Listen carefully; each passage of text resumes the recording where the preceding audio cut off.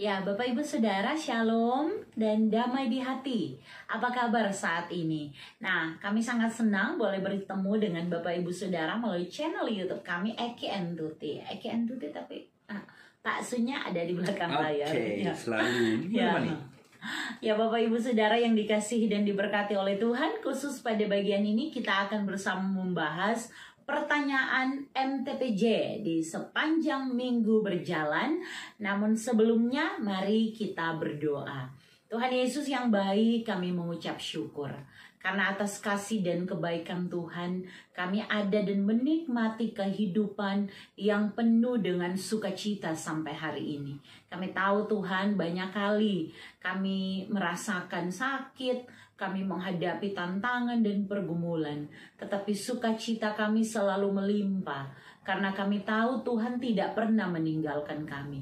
Sebagaimana waktu terbaik bagi kami untuk dapat berdiskusi bersama melalui pertanyaan MTPJ di minggu berjalan, ia akan kami jawab bersama-sama. Tuhan, pakailah setiap kami, pakai kedua hamba-Mu, dan pakai setiap hamba-hamba Tuhan, para anak-anak Tuhan yang mendengarkan video ini, sehingga kami bersama boleh menemukan apa yang Tuhan mau untuk kami lakukan mengisi kehidupan yang adalah anugerah Tuhan ini. Terima kasih Tuhan, ini doa kami, waktu ke depan ada dalam kendali Tuhan. Dalam nama Tuhan Yesus kami berdoa. Amin. Amin. Ya. Oke, langsung saja. Oke, Bapak Ibu Saudara, pembacaan Alkitab kita di minggu yang akan berjalan adalah dalam Roma pasal 14 ayat 1 sampai 12 yang oleh Lembaga Alkitab Indonesia diberi judul Jangan Menghakimi Saudaramu. Ya, kita akan lihat sesuai dengan tema MTPJ minggu ini ya. Iya. Apa itu? Jadi ada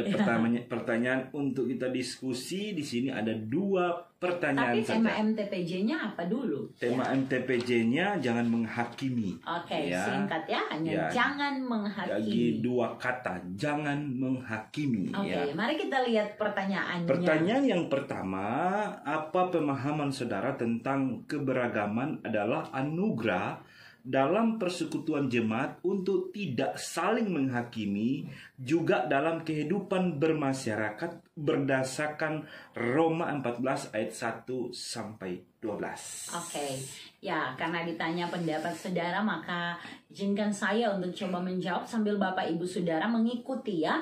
Kalau kemudian kami putarkan juga MTPJ minggu berjalan, Bapak Ibu boleh mengikuti untuk melihat konteks ini secara keseluruhan. Namun khusus ketika menjawab pertanyaan ini, maka saya rasa perlu untuk terlebih dahulu menjelaskan tentang kitab Roma ini sendiri ya. Jadi memang ketika Rasul Paulus menuliskan kitab Roma ini, kita tahu dia sedang ada di rumah Gaius di Korintus, dan dalam konteks ini Paulus mau berbicara, mau menyampaikan, mau memberi pengajaran dan juga langkah-langkah kehidupan praktis. Karena kalau kita lihat kitab Roma itu sampai di pasal 16, dan kalau kita pelajari bahwa kitab Roma ini sendiri dia dibagi dalam dua bagian. Ada pembagian. Jadi ada pasal 1 sampai pasal 11 itu Paulus bicara dengan tegas mengenai doktrin, pengajaran-pengajaran iman Kristen yang menyimpulkan bahwa keselamatan hanya terjadi karena iman kepada Yesus Kristus. Jadi keselamatan itu adalah anugerah Allah. Keselamatan kita adalah pemberian Allah semata-mata. Sedangkan di pasal 12 sampai pasal terakhir pasal 16 itu Paulus bicara mengenai kehidupan praktis. Jadi mengenai hal-hal sederhana dalam kehidupan berjemaat, bersahabat, berkeluarga dan seterusnya ya. Jadi kalau kita bicara tentang konteks ini Roma 14, sebenarnya ini petunjuk-petunjuk praktis yang mau Paulus sampaikan kepada pembaca. Nah, siapa pembacanya? Siapa tujuan dari kitab Roma ini? Jadi jemaat di Roma itu ada dua kelompok.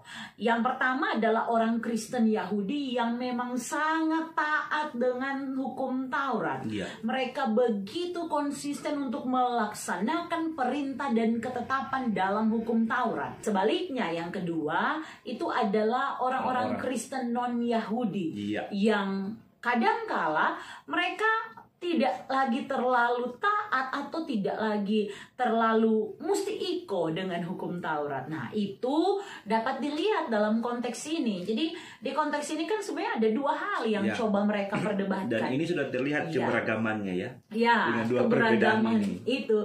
Karena Roma. memang misalnya yang pertama ini, orang yang satu, kelompok yang satu bilang kalau makan itu mesti lihat yang halal dan haram mana. Itu terjelas di ayat. Di ayat dari pertama kedua orang boleh lihat kalau kita ikuti. Kemudian juga hal mengenai hari-hari tertentu. Kelompok yang satu dia bilang mesti perhatikan ada hari-hari tertentu yang ditetapkan Allah, yang tidak boleh begini pada hari itu, tidak boleh begitu pada hari itu. Sedangkan kelompok satu bilang semua hari kok sama saja. Maka sudah dapat dilihat keberagaman di pembaca khususnya dalam konteks Roma 14 ini itu yang ada di satu ayat 1, ayat 2, ayat 3 ya. Itu. Seterusnya sih sebenarnya kalau juga bicara tentang hari kan itu dapat dibaca mulai dari ayat 5, 6 banyak konteks keseluruhan ini. Tetapi dalam keberagaman itu Paulus mau menegaskan bahwa bukan tentang cara pandang orang, cara mengisi keselamatan itu. Tetapi sekali lagi, kembali ke pengajaran Paulus, keselamatan satu-satunya hanya ada di dalam Tuhan. Dan Tuhanlah hakim yang nantinya akan menghakimi dalam pengadilannya. Itu ada, kalau kita lihat dia tutup di ayat 12 itu bahwa setiap orang itu akan memberi pertanggungjawaban tentang dirinya sendiri kepada Allah. Jadi atau di ayat 10 sini dia bilang harus menghadap takhta pengadilan Allah. Jadi ada perbedaan. Ada perbedaan untuk menyikapi masalah makanan maupun hari. Ada perbedaan cara pandang, itu keberagaman. Yang bagi Paulus, mengapa engkau yang sama-sama manusia saling menghakimi? Karena kalau semua hakimi, semua merasa satu yang benar, satu salah. Dan akhirnya ini tidak lagi sesuai dengan apa yang mau Paulus tekankan kepada jemaat. Maka kalau kita lihat dia mulai dengan saling menerimalah, terimalah saudara-saudaramu. Jadi memang di konteks saat ini sudah sangat jelas bahwa harusnya keberagaman dilihat sebagai anugerah Allah. Itu jadi itu pandangan Paulus sebenarnya, melihat keberagaman. Jadi mereka ini orang-orang Kristen Yahudi dan orang-orang non Yahudi mereka satu jemaat yang ada di Roma. Tapi dalam satu jemaat itu terlihat perbedaan yang sangat jelas dan itu keberagaman. Namun Paulus memandang itu sebagai anugerah dalam persekutuan jemaat. Kalau bicara anugerah berarti berbicara tentang karya keselamatan Allah. Dan keberagaman itu bukan ditunjukkan untuk saling menghakimi. Mana yang salah? Kita betul.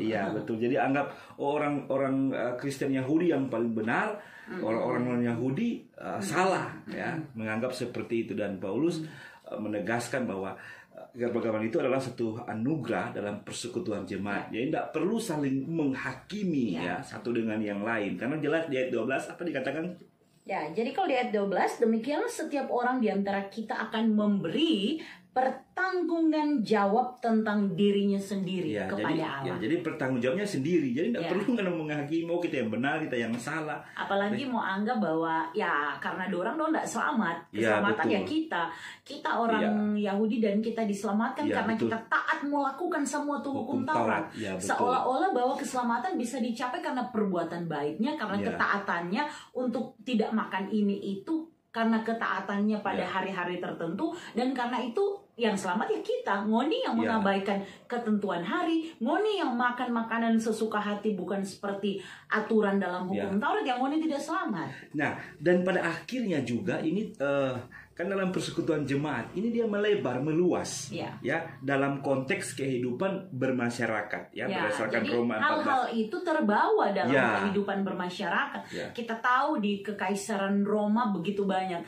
sampai kan ada istilah banyak jalan menuju Roma, bahwa berbagai pengajaran itu mudah sekali tersebar, jadi sehingga orang pun yang mau melihat kehidupan orang Kristen model begini, itu langsung pikir yang mana yang mau diikuti. Jadi ada kesenjangan sosial juga. Kesenjangan itu terjadi ketika melihat ada kehidupan jemaat yang justru mempertentangkan pemahaman pada hal-hal yang terlihat rohani baik, tapi tidak esensi dalam kekristenan. Karena Paulus mau semua orang sebenarnya satu kesadarannya.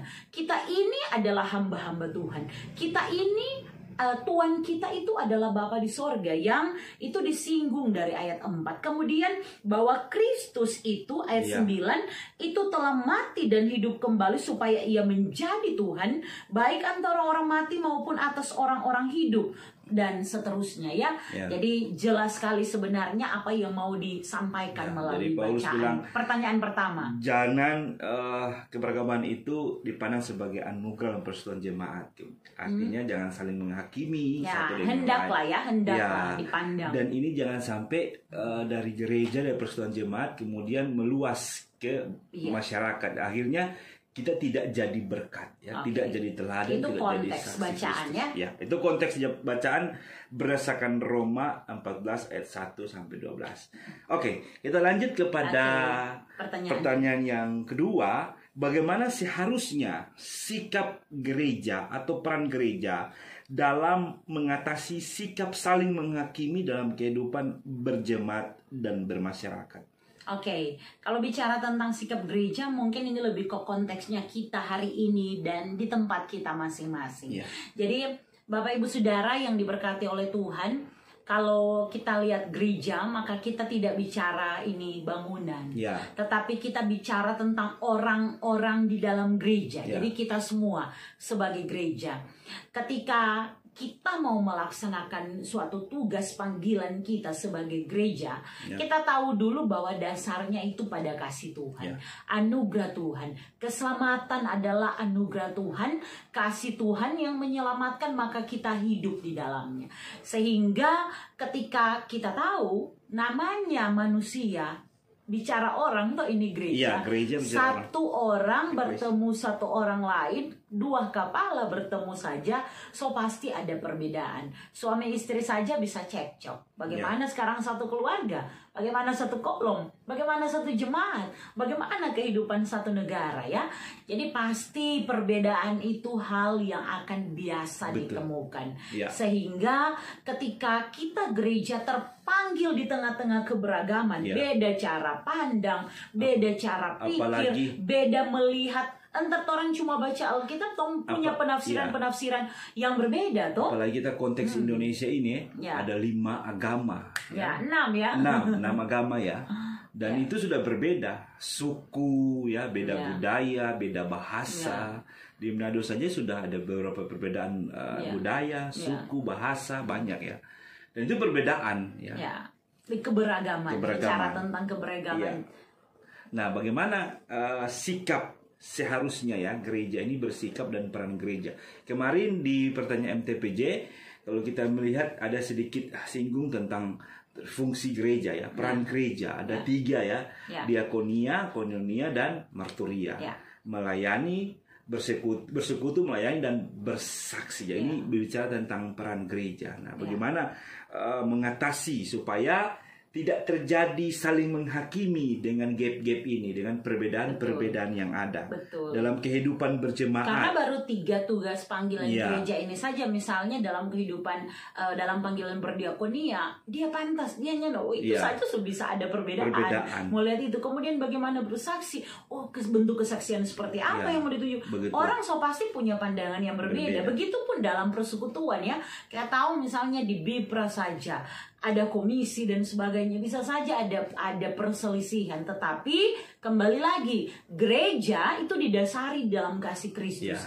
Sehingga ketika kita bertemu dengan orang yang beda pemikiran dengan kita, kita standar kebenarannya bukan karena apa yang kita pandang baik, tetapi apakah kebenaran firman sama dengan itu. Jadi pertama untuk banyak menerima, banyak juga toleransi, namun pada dasar kebenaran firman. Itu. Jadi yang pertama untuk mengatasi perbedaan ini, gereja harus berdasarkan pada kebenaran firman Tuhan. Itu dasarnya. Supaya tidak terjadi saling menghakimi.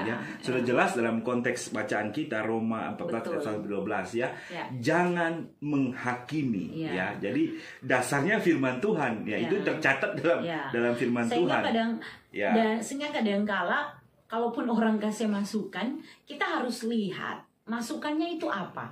Jangan sampai dalam kadar kita dia tidak suka ini Pak kita sampai dia kasih masukan begitu. Tapi kembali lagi, apakah dia bicara tentang kebenaran firman atau bukan, atau keinginan hati sendiri. Sehingga harus bedakan orang yang tukang kritik dan yang kritis. Kalau tukang kritik ketika dia bicara dia anggap orang lain salah. Kita paling betul. Makanya dia tukang kritik. Tapi kalau orang kritis biasanya dia bicara sekalipun itu tegas dan menyakiti orang, karena dia tahu kebenaran dan dia tahu bahwa kebenaran itu harus disampaikan orang suka ataupun orang tidak suka. Jadi bukan anggap dia benar dengan dia tidak anggap dia benar, tapi dia mau menyatakan kebenaran itu.